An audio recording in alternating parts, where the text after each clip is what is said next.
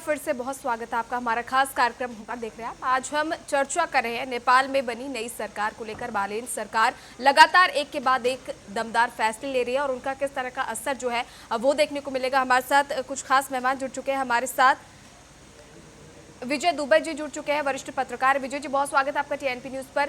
विजय जी, जिस तरह नेपाल में तख्ता पलट हुआ, बालेन सरकार सत्ता में आई, अब जो एक के बाद एक फैसले लिए जा रहे हैं, जिस तरह से जनता के हक की बात कही जा रही है, क्या लगता है ये अब स्थायी फैसले हैं, स्थायी बदलाव है, नेपाल की तस्वीर बदलने वाली है, या फिर ये सिर्फ शुरुआती हलचल है?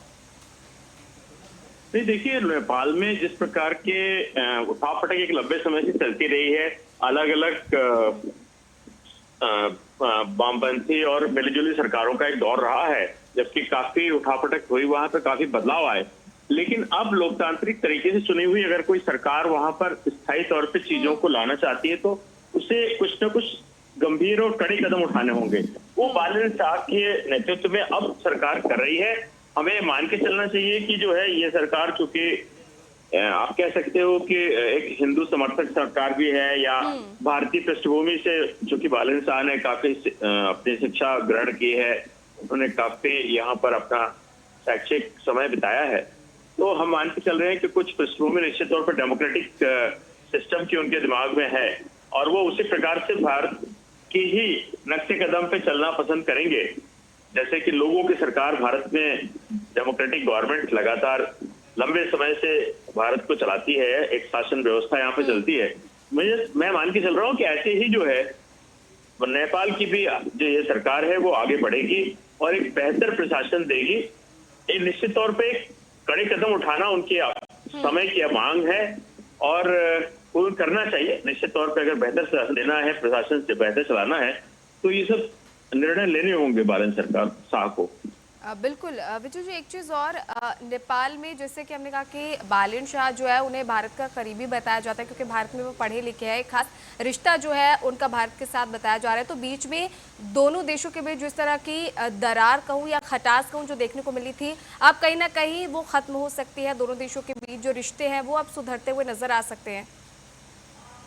नहीं, निश्चित तौर पे देखिए, नेपाल भारत की जो बॉर्डर सीमाएं हैं वो एक दूसरे के लिए ओपन है, वहाँ कोई वीजा की जरूरत नहीं पड़ती है। दो देश हैं, लेकिन दोनों देशों के नागरिकों का आपस में एक, आप कह सकते हो कि सांस्कृतिक मेलजोल है, एक संस्कृति एक प्रकार की है। तो वहाँ ये, जब हमारे पास कोई बॉर्डर एक प्रकार से फॉर्मल है, हमारी एंट्री के लिए हमें अलग से कोई वीजा नहीं लेना है, या वहाँ के नागरिकों के लिए आने के लिए यहाँ नहीं लेना है। आप बहुत सारे भारत में देखिए, नेपाली युवक आपको काम करते हुए मिलेंगे, उनके लिए कोई परमिशन की जरूरत नहीं होती उनको। उन्हें हम अपने यहाँ बड़े आराम से रखते हैं, हमें किस प्रकार की कोई दिक्कत भी नहीं होती है। वो हमारी चीजों को फॉलो भी बेहतर ढंग से करते हैं। ये एक अच्छी बात है कि आप अपने पड़ोसी देश के साथ में, जिस संस्कृति के साथ आप आगे बढ़े हैं, अगर उन्हीं के साथ आगे और बढ़ते हैं तो कोई क्या दिक्कत है उसमें। इतना एक अच्छा कदम है, एक अच्छी सरकार मानी जानी चाहिए और इसका स्वागत किया जाना चाहिए। बिल्कुल बिल्कुल। और बार बार जैसे कि बालेन शाह भी कह रहे हैं कि वो नेपाल की तस्वीर बदलना चाहते हैं, नेपाल के विकास पर अब वो जोर देते हुए नजर आ रहे हैं। हमारे साथ रितेंद्र माथुर जी जुड़े हुए हैं, सीनियर कॉरेस्पॉन्डेंट है। रितेंद्र जी, बहुत स्वागत है आपका टीएनपी न्यूज पर।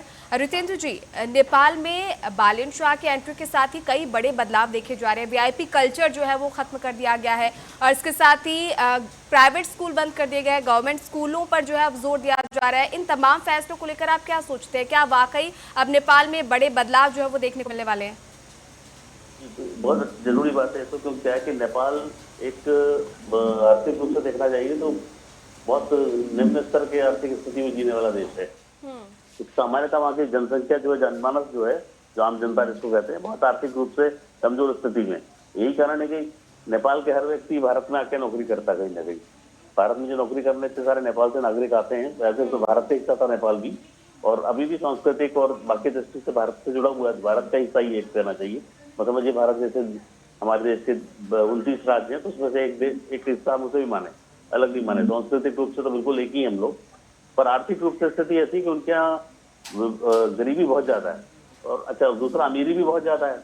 जो उच्च वर्ग के लोग हैं बहुत अमीर हैं, और जो निम्न वर्ग के लोग हैं बहुत आर्थिक रूप से गरीब है। ऐसे में अगर बच्चों के ऊपर स्कूल शिक्षा अगर मुफ्त दी जाए, शिक्षा व्यवस्था भी दुनिया भर में मुफ्ती दी जाती है, देना ही चाहिए। भारत के आसपास के कई देशों में अच्छी व्यवस्था है, जैसे भूटान है। भूटान में सारी एजुकेशन वहाँ की गवर्नमेंट फ्री देती है, हायर एजुकेशन। यानी अगर पढ़ने के लिए बच्चे विदेश में जाते हैं तो उनको वहाँ भी मुफ्त सुविधा देती है। सिर्फ खाने की व्यवस्था उनको विदेश में जाकर करनी पड़ती, बाकी रहने की खाने की व्यवस्था करनी पड़ती, पढ़ाई उनकी पूरी खर्चा देती है वहाँ की सरकार। ऐसा नेपाल के साथ भी अगर हो रहा है, वहाँ की सरकार निर्णय ले रही है, अच्छा निर्णय ले रही है और करना चाहिए ये चीज। तो बच्चों की शिक्षा अगर वहाँ के उन्नत होगी तो वहाँ विकास होगा। बिल्कुल। और अच्छा, वहाँ के तो क्या है कि प्राकृतिक संसाधन वहाँ बहुत ज्यादा है, इसके कारण वहाँ पे बच्चे अच्छा पढ़ सकते हैं। पढ़ने को मिलेगा तो रोजगार भी करेंगे वो लोग, उनके पास इनोवेशन भी है, वो होशियार बच्चे भी वहाँ के। जी बिल्कुल, और कुल मिलाकर ये काफ़ी सराहनीय कदम इसे माना जा रहा है। इसके साथ ही रितेंद्र जी, एक चीज़ और, क्योंकि बालेन शाह यंग लीडर है, जेनजी प्रोटेस्ट हुआ नेपाल में जैसे कि आपने देखा, उसके बाद ये तमाम बदलाव देखा गया, तख्ता पलट हुआ। अब बालेन शाह के सामने उन युवाओं की उम्मीदों पर खरा उतरने की सबसे बड़ी चुनौती है जिन्होंने उन्हें सत्ता तक पहुँचाया है। जी, ऐसा था कि बालेन शाह का जो पिछला जो करियर रहा है वो भारत के अंदर एक अखिल भारतीय विद्यार्थी परिषद एक संगठन है भारत के अंदर जो राष्ट्रीय स्वयंसेवक संघ से जुड़ा हुआ है, और बीजेपी के ही नेता से संपर्क में थे वो। पहले उनके सचिव भी रहे और काफी कुछ जानकारी थी। वो ग्रूमिंग जिसको कहते हैं ना, अपब्रिंगिंग ग्रूमिंग जो है, उनकी एक भारतीय राष्ट्रीयता के जो ऑर्गेनाइजेशन नेटवर्क उनके पास बहुत अच्छा है, और वो कला भी खुद के अंदर भी कि वो लोगों को अपने साथ जोड़ना जानते हैं, जोड़ सकते हैं। वो चीज वो वहाँ इम्प्लीमेंट कर रहे हैं। अभी भारत के अंदर जो एक अच्छी पृष्ठभूमि से बच्चे जब ऊपर उठ के आते हैं, उनकी ग्रूमिंग ढंग से होती है तो वो अच्छा काम भी करते हैं। अब कोई हमारे यहाँ बड़े इंस्टीट्यूट से पढ़ा हुआ बच्चा है, जो इंस्टीट्यूट से पढ़ा हुआ बच्चा अपने आप जहाँ ऑफिस किसी कंपनी में बैठेगा तो उस तरीके से उसको अच्छे से बढ़ा चलाएगा कंपनी को। इसी तरह ये पॉलिटिक्स के अंदर जो आए हैं, इनकी पॉलिटिकल ग्रूमिंग बहुत अच्छी है, और भारत में हुई है सारी ग्रूमिंग, तो इसलिए वो अच्छा कर रहे हैं। और वहाँ के युवकों के लिए भविष्य वहाँ अच्छा दिखता है, मुझे ऐसा लगता है उनकी कार्य प्रणाली से कि अच्छा करेंगे वो। बिल्कुल बिल्कुल। विजय जी, नेपाल में जो नई सरकार का गठन हुआ है ऐसे समय में हुआ है जब मिडिल ईस्ट में तनाव की सिचुएशन है, जंग जो है वो कहीं ना कहीं चल रही है अमेरिका और ईरान के बीच। ऐसे में क्योंकि नेपाल से भी काफ़ी लोग जो है जॉब के लिए मिडिल ईस्ट में जाते हैं, और कहीं ना कहीं नेपाल का जीडीपी जो है कहीं ना कहीं इस पर निर्भर भी करता है। ये भी एक बड़ा चैलेंज है बालेन सरकार के सामने। ये निश्चित तौर पे नेपाल के लोग जो हैं मिडिल ईस्ट में भी मिलेंगे आपको, और दूसरे देशों में मिलेंगे काम करते हुए, इसमें कोई दो राय नहीं है। और वहां से काफी कंट्रीब्यूट करते हैं वो अपने देश के लिए। फॉरेन करेंसी जो है काफी हद तक नेपाल में, और नेपाल को इंटरनेशनल वो है, एक इंटरनेशनल पॉइंट है, इंटरनेशनल मार्केट है वहां पे। तो बाहर के देशों से बड़ा ही इजीली जो है चीजों को लाया जाता है वहां पे, और बहुत सारी चीजें गवर्न होती हैं जो अलग दिनों से होती हैं। निश्चित तौर पे मिडिल ईस्ट में जो डिस्टर्बेंस है उसका असर नेपाल पे भी, भारत पे भी दिखेगा, ऐसा नहीं है। तो अब पूरी दुनिया में दिख रहा है। आप अगर कहें कि यूरोप में और अमेरिका में उससे छूते नहीं है, तो कोई दो राय नहीं, नेपाल तो बहुत छोटा देश है उनके कंपेरिजन में, तो उसकी अर्थव्यवस्था को प्रभावित करना होना ही है मिडिल ईस्ट के डिस्टर्बेंस के कारण से। लेकिन हमें ऐसी आशा करनी चाहिए कि मिडिल ईस्ट का डिस्टर्बेंस बहुत लंबे समय तक न चले, एक समझौते की ओर बढ़े। ये जो दोनों देशों या तीनों देशों के बीच में जो युद्ध चल रहा है, उस वार को जो है एक पॉइंट पे जाकर के निश्चित तौर पे समाप्त होना चाहिए। बिल्कुल, और कहीं ना कहीं इसको लेकर जो है बातचीत का दौर भी हमने जो है वो देखा था विजय जी, और उस पर खैर कहा नहीं जा सकता कि अब आगे क्या कुछ होगा मिडिल ईस्ट में। रितेंद्र जी, आपको क्या लगता है मिडिल ईस्ट में जो